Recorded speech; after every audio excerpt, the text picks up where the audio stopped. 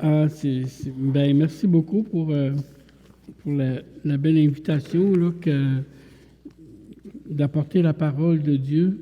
C'est toujours c'est toujours, je dirais, c'est toujours un défi d'apporter la parole de Dieu. Mais en fait, je pense que ça l'a toujours été.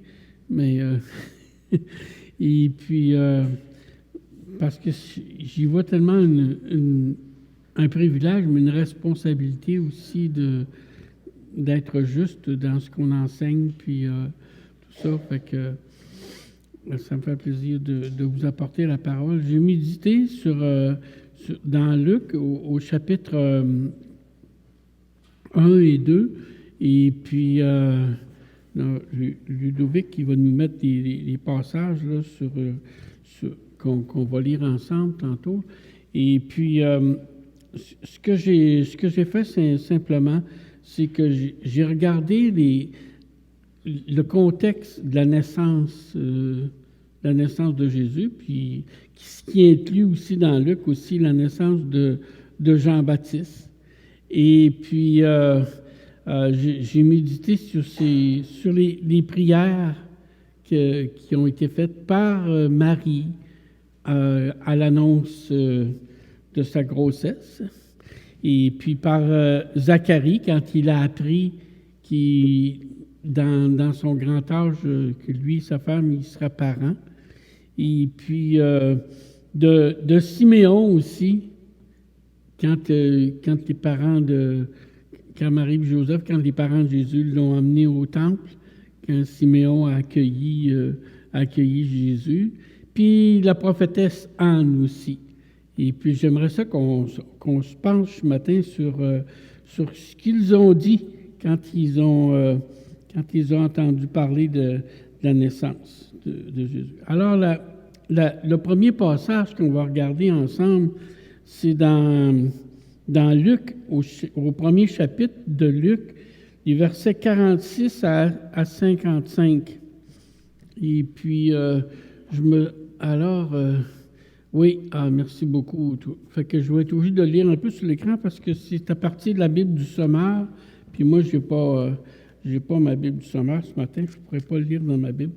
Fait que, alors, je vais lire avec vous. Alors, Marie dit, « Mon âme chante la grandeur du Seigneur, et mon esprit se réjouit à cause de Dieu, mon Sauveur.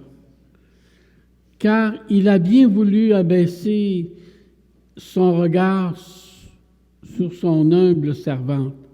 C'est pourquoi désormais, à travers tous les temps, on m'appellera bienheureuse. Car le Dieu Tout-Puissant a fait pour moi de grandes choses. Saint est son nom. Et sa bonté s'étendra d'âge en âge sur ceux qui le révèrent. Il est intervenu de toute sa puissance et il a dispersé les hommes dont le cœur était rempli d'orgueil. Il a précipité les puissants de leur trône et il a élevé les humbles. Il a comblé de bien ceux qui sont affamés et il a renvoyé les riches les mains vides. Oui, il a pris en main la cause d'Israël. Il a témoigné sa bonté au peuple qui le sert. Comme il l'avait promis à nos ancêtres, à Abraham et à ses descendants pour tous les temps. » Alors ça c'est ce que Marie avait dit. Et puis quand Gabriel, quand l'ange Gabriel est allé la prévenir, lui annoncer la bonne nouvelle, puis là, elle s'est en allée voir sa cousine, je pense, Élisabeth, qui elle aussi attendait Jean-Baptiste, son bébé. Quand Zacharie, lui, a été visité par l'ange, et puis qui faisait son service au tabernacle, qui offrait les parfums au tabernacle, tout ça, qui a été visité par l'ange Gabriel. Et puis là, il a été... il est devenu muet parce qu'il doutait. Et puis de ce que le Seigneur... il était vieux, hein, il était âgé, puis sa femme aussi. Puis... fait qu'il a été muet jusqu'à la naissance de Zacharie. Et puis, quand vous l'avez lu comme moi, quand on lui a demandé quel serait le nom du bébé, ben tout le monde voulait l'appeler Zacharie, mais c'était Jean qui était son nom. Puis quand il a écrit Jean sera son nom, là, sa langue déliée. Et puis, voici ce qu'il nous a dit. Dans Luc, au chapitre 1, versets 68 à 79. « Loué soit le Seigneur, le Dieu du peuple d'Israël, car il a pris soin de son peuple et il l'a délivré. Pour nous, il a fait naître parmi les descendants du roi David, son serviteur, un libérateur plein de force. Il vient d'accomplir la promesse qu'il avait faite depuis les premiers temps par la voix de ses saints prophètes, qu'il nous délivrerait de nos ennemis et du pouvoir de ceux qui nous haïssent. Il manifeste sa bonté à l'égard de nos pères et il agit conformément à son alliance sainte. Il accomplit pour nous le serment qu'il a fait à notre ancêtre Abraham, de nous accorder la faveur après à nous avoir délivrés de tous nos ennemis, de le servir. C'est une faveur de servir le Seigneur, de le servir sans crainte, en étant saint et juste en sa présence tous les jours de la vie.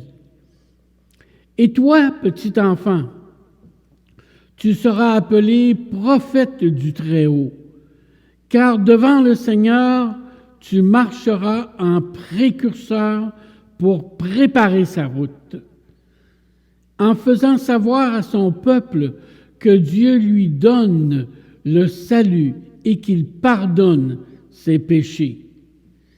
Car notre Dieu est plein de compassion et de bonté, et c'est pourquoi l'astre levant viendra pour nous d'en haut,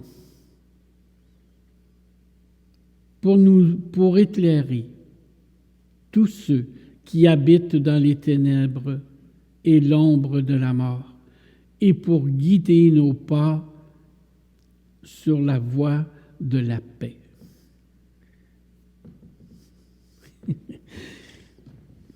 Je ne sais pas si ça vous remplit d'espérance comme moi, ça me remplit d'espérance de regarder tous ces passages-là, mais en tout cas, on va y revenir, on va s'y arrêter quelques minutes tantôt. Dans Luc, maintenant, quand Jésus est né, et puis qu'après ça, 8 jours après qu'on l'a emmené au temple pour sa circoncision, il y avait Siméon qui était là, qui était un vieillard qui attendait le retour du Seigneur, qui attendait le Messie, qui attendait l'espérance, la réalisation de l'espérance d'Israël. Il attendait ça. Et puis, alors, on va lire qu'est-ce qu'il a vu. Puis Dieu y avait dit qu'il ne mourrait pas avant de voir le Messie. Alors, quand il a vu le petit bébé, il l'aura reconnu tout de suite. Dans Luc, au chapitre 2, les versets 25 à 32. Il y avait alors à Jérusalem un homme appelé Siméon. C'était un homme droit et pieux. Il vivait dans l'attente du salut d'Israël et le Saint-Esprit reposait sur lui. L'Esprit Saint lui avait révélé qu'il ne mourrait pas avant d'avoir vu le Messie, l'envoyé du Seigneur. Poussé par l'Esprit, il vint au temple. Quand les parents de Jésus apportèrent le petit enfant pour accomplir les rites qu'ordonnait la loi, Siméon le prit dans ses bras et loua Dieu en disant: « Maintenant, Seigneur, tu laisses ton serviteur s'en aller en paix. Tu as tenu ta promesse, car mes yeux ont vu le Sauveur qui vient de toi et que tu as suscité en faveur de tous les peuples. Il est la lumière, c'est assez merveilleux, hein? Il est la lumière pour éclairer les nations. Il sera la gloire d'Israël ton peuple. »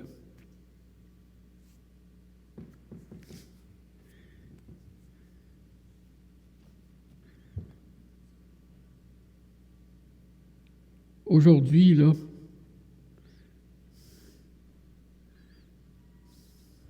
c'est avec tristesse que je le dis, mais le peuple d'Israël n'a pas encore, en majorité, si je devrais dire, n'a pas encore compris que Jésus, c'était le Messie qu'ils attendaient. Mais un jour, comme on vient de le lire, Jésus va être la gloire d'Israël. Puis il va être notre gloire à nous aussi. Bon. Maintenant, il y avait Anne aussi, qui était une veuve très âgée. Elle avait 84 ans, nous dit Luc. Et puis, j'aime beaucoup ça dans Luc, parce qu'il y a beaucoup de détails. Tu sais, il y a beaucoup de détails, puis ça nous aide, ça donne beaucoup de crédibilité au texte. Tu sais. Pareil, là, comme dans Luc, on voit là, que c'était, je sais pas, Quirinius qui était gouverneur, puis on voit le recensement, puis on voit toutes sortes de détails. C'est très précis, puis c'est très encourageant aussi. Là, on voit le témoignage d'Anne qui était veuve, qui avait été mariée 7 ans, qui était veuve depuis, qui avait 84 ans, puis elle aussi attendait le Seigneur. On va le lire dans Luc chapitre 2, les versets 36 à 38. Il y avait aussi une prophétesse, Anne, fils de Phanuel, de la tribu d'Asser. Elle était très âgée. Dans sa jeunesse, elle avait été mariée pendant 7 ans. Puis, elle était devenue veuve et avait vécu seule jusqu'à 84 ans. Elle ne quittait jamais le temple et elle servait Dieu nuit et jour par le jeûne et la prière. Elle arriva, elle aussi, au même moment. Elle louait Dieu et parlait de l'enfant à tous ceux qui attendaient que Dieu délivre Jérusalem. Alors, on vient de lire ces 4 passages-là. Maintenant, on va y revenir un peu. On va revenir sur la prière de Marie. La prière de Marie, je vois qu'on pourrait la diviser comme en deux parties. OK? La première partie, les versets 46 à 49, elle parle de la bénédiction sur elle. Et puis, à partir de la deuxième partie du verset 49 jusqu'au verset 55, elle ne parle plus de la bénédiction sur elle, mais elle parle de Dieu. Elle loue Dieu pour l'annonce du Messie, pour l'arrivée du Messie, c'est extraordinaire qu'est-ce qu'elle dit là. Alors, au début, on ne va pas s'arrêter sur ce qu'elle dit sur elle. Vous avez devant vous aussi les textes de l'Écriture. Mais à partir du verset 49, j'aimerais vous faire remarquer des points qu'elle mentionne. Je pense qu'il y en avait 10. 1, 2, 3, 4, 5, 6, 7, 8, 9, 10. Elle a 10 points qu'elle mentionne. Elle dit de Dieu, la première chose qu'elle dit de Dieu, il est saint. La deuxième chose qu'elle dit de Dieu, il est intervenu.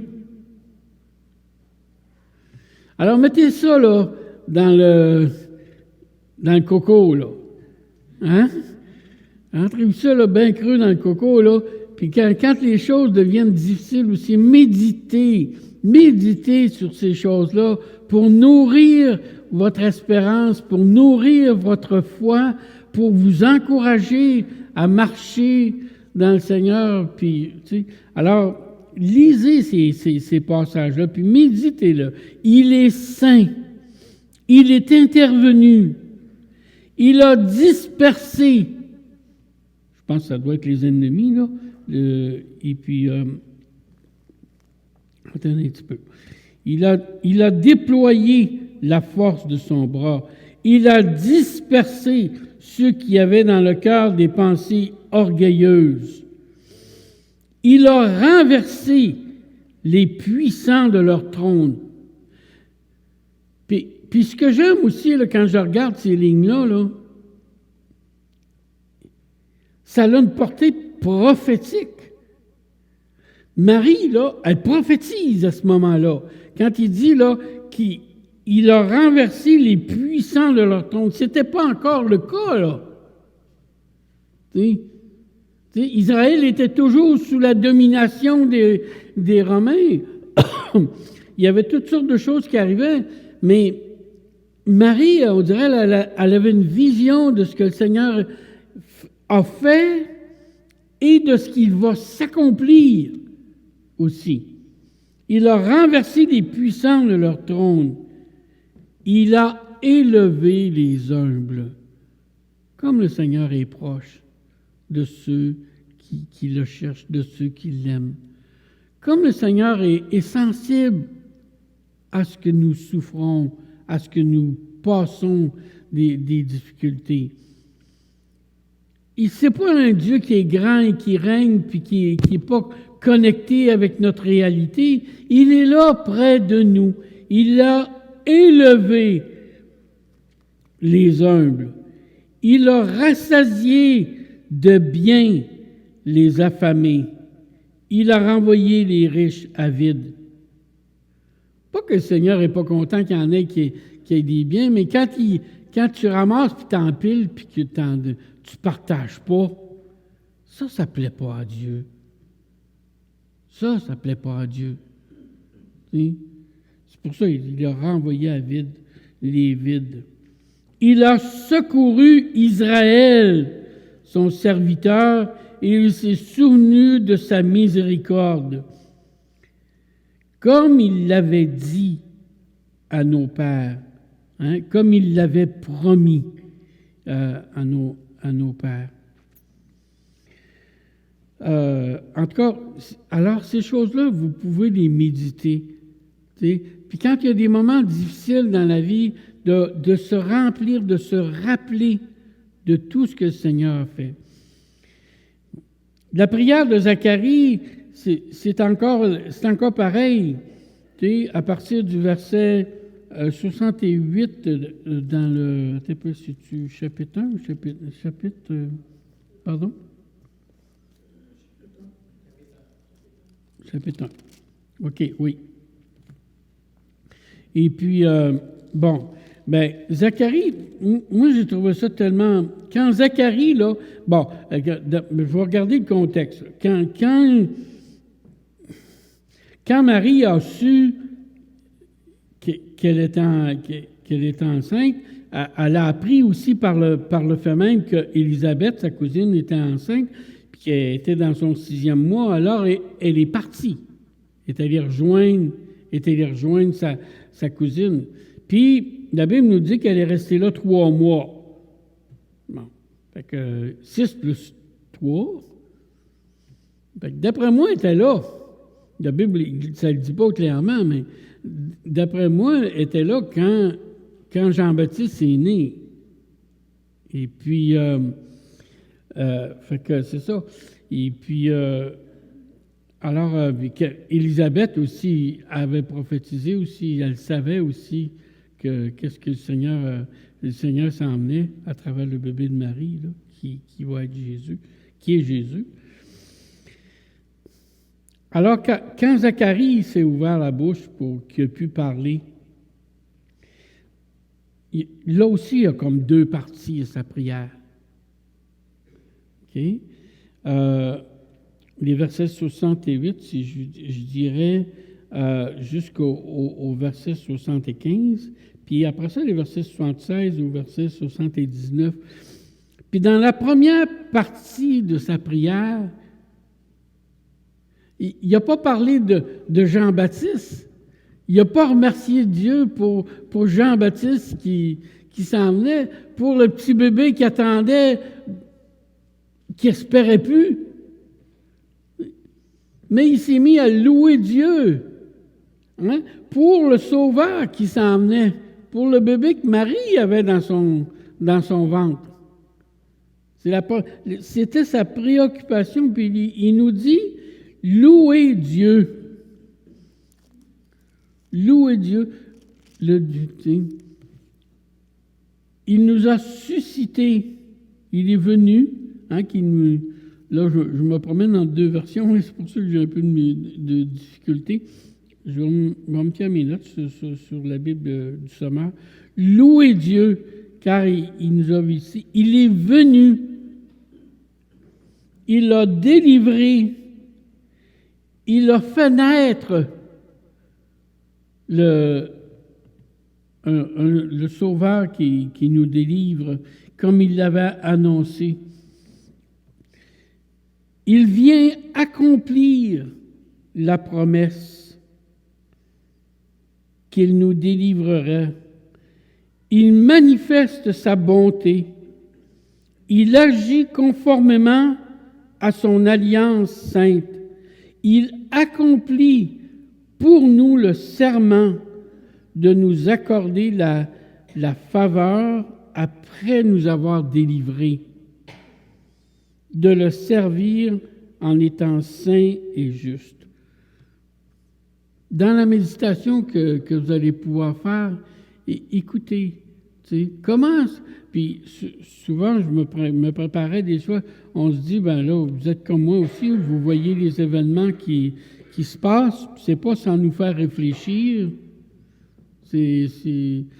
On ne veut pas sauter aux conclusions. On sait que c'est pas la première fois qu'il y a des guerres en Israël. Moi, je me rappelle en 1990, moi j'étais bien sûr que c'était le cas, puis là, je me suis trompé un peu. Là. Et puis, mais en tout cas, là, c'est quand même, ça ressemble beaucoup, là, tu sais. Et puis, on attend ardemment, là, tu sais.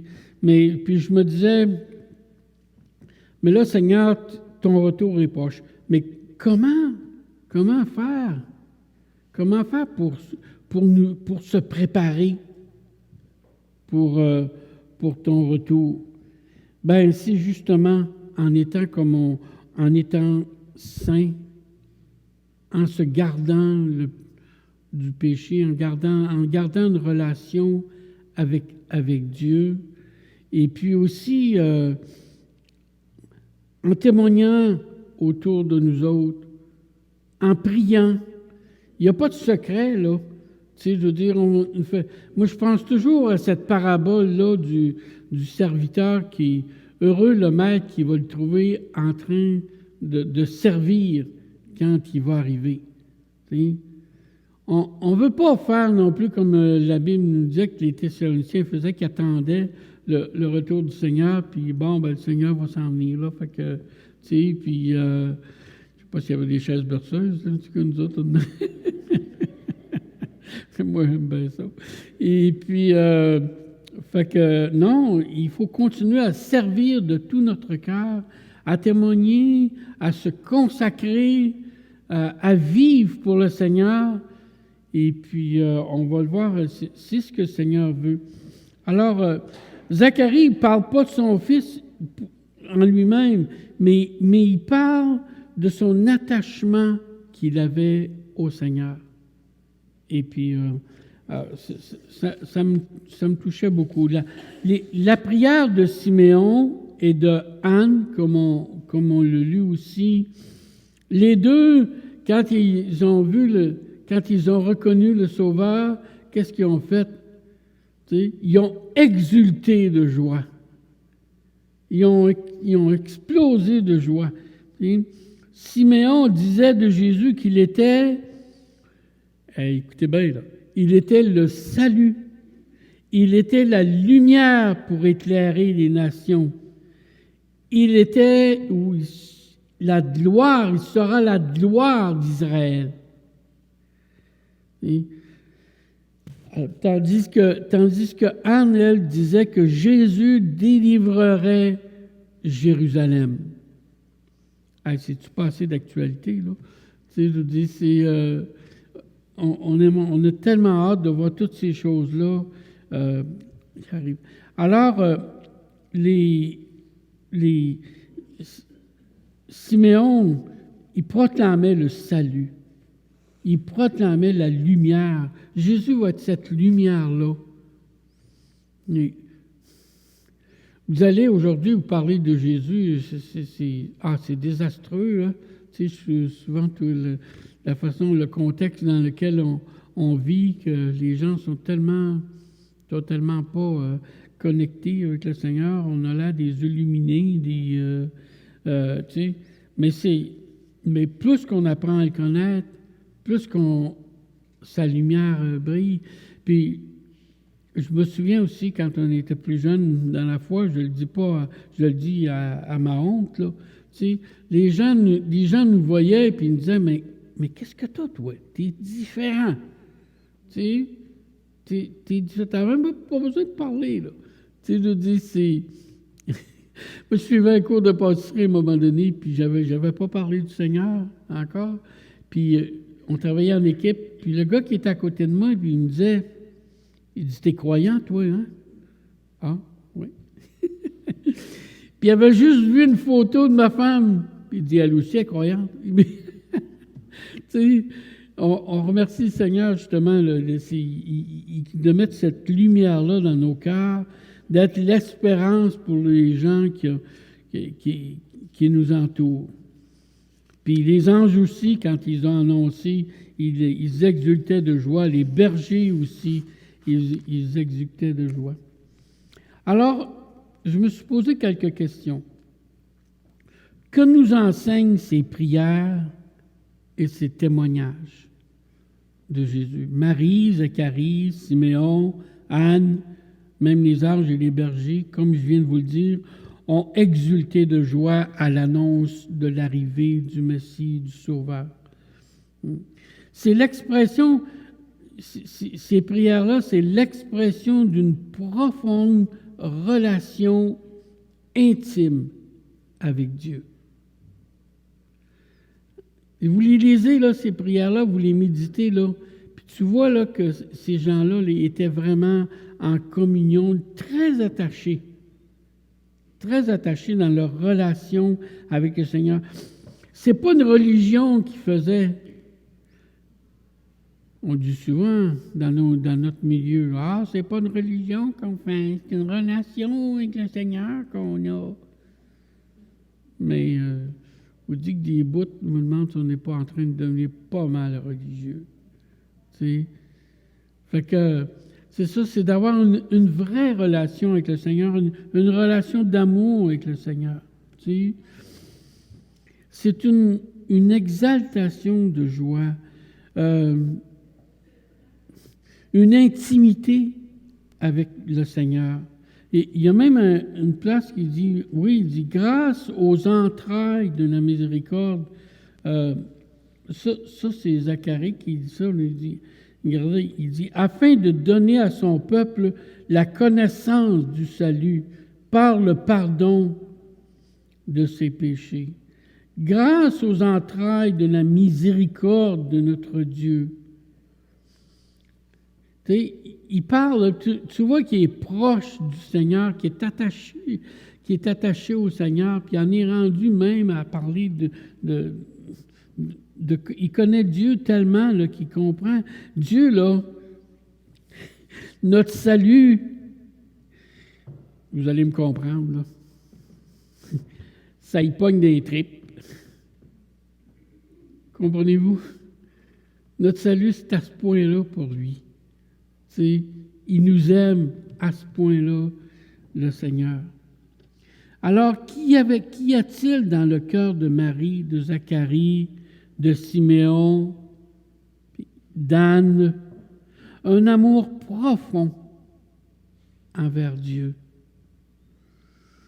Un grand respect parce qu'il honore sa parole. Il l'avait promis, le Messie, puis il l'attendait, eux autres, le Messie. Et puis ça faisait une mèche qu'il l'attendait, là. Hein? Et puis, bien, il l'attendait. Une affection profonde, on voit aussi dans leur prière, une affection profonde pour le peuple d'Israël. Est-ce que nous autres, on a cette affection profonde pour notre peuple aussi? Pour prier, puis avoir de la peine,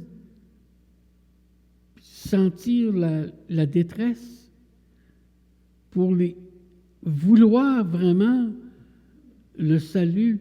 Mais dans leur prière, tu vois ça à Marie, à Zacharie, à Siméon, il y avait un attachement, une affection profonde pour leur peuple d'Israël, comme pour nous, pour notre peuple.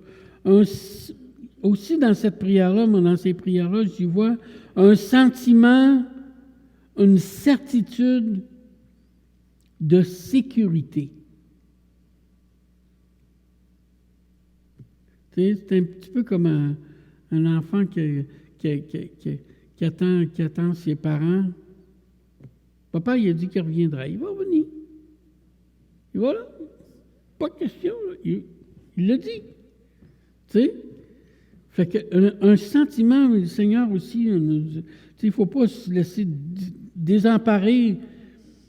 Puis encore là, nous autres, des fois, je remercie le Seigneur tellement. On est tellement dans un contexte physiquement, là.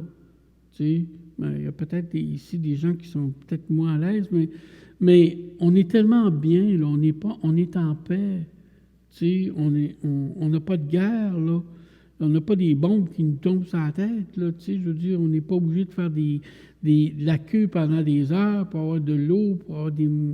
Tu sais, je veux dire, mais on a une certitude c'est l'expression aussi dans ces prières-là qu'on voit, on y voit une conviction d'humilité. Zacharie, il restait humble, il attendait, ils étaient aux pieds du Seigneur, ils l'aimaient.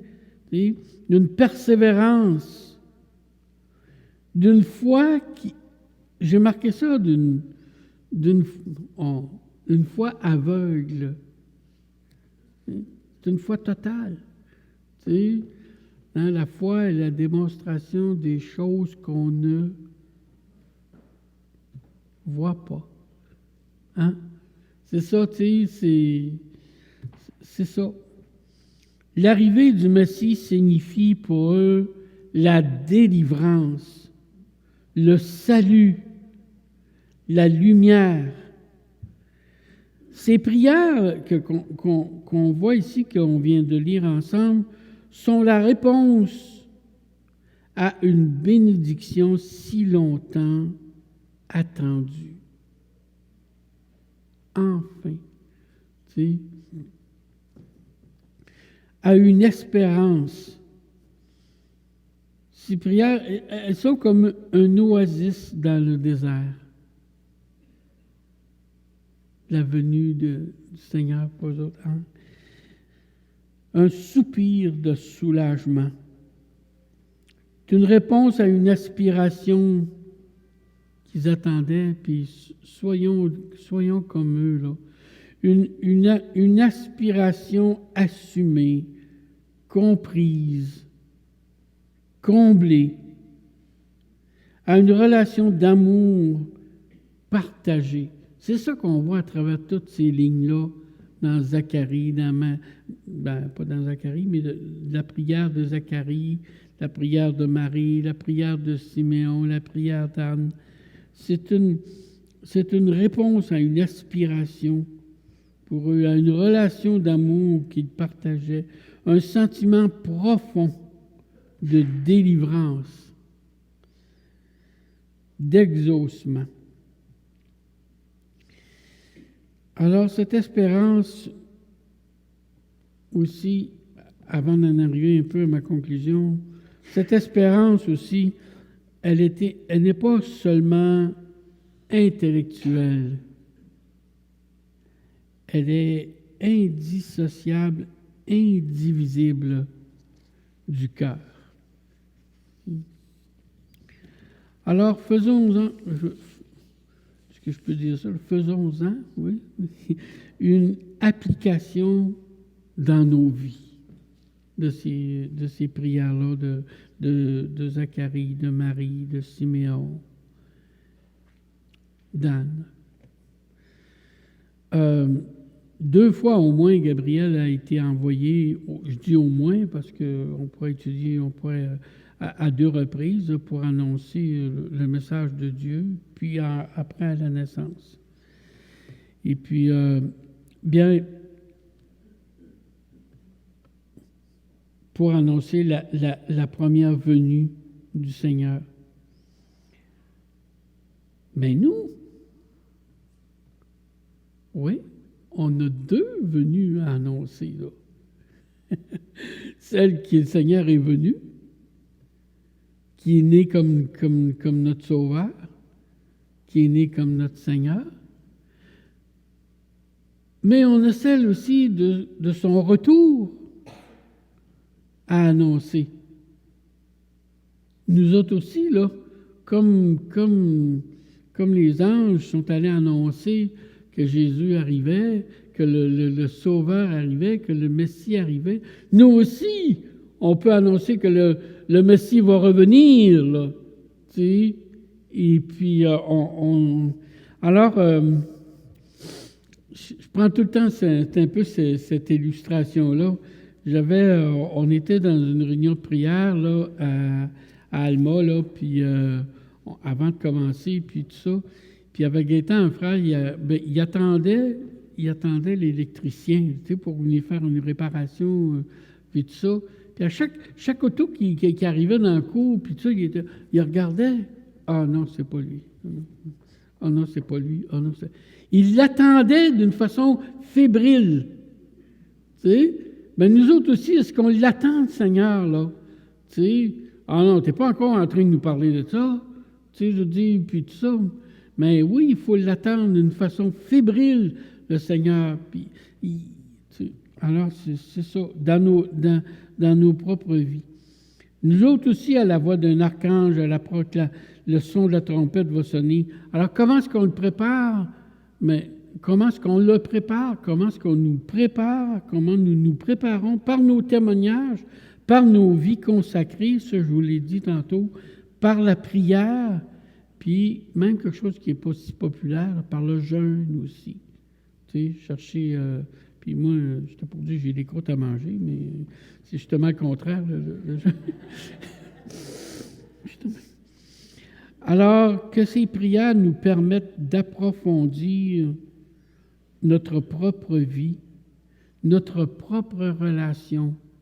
Puis là, je vous le dis avec mon cœur, là, que ces prières-là qu'on vient de lire, là, nous permettent d'approfondir nos propres vies, nos propres relations, notre propre vie de prière, que ça nous inspire dans prier la parole, que ça nous inspire à prier aussi.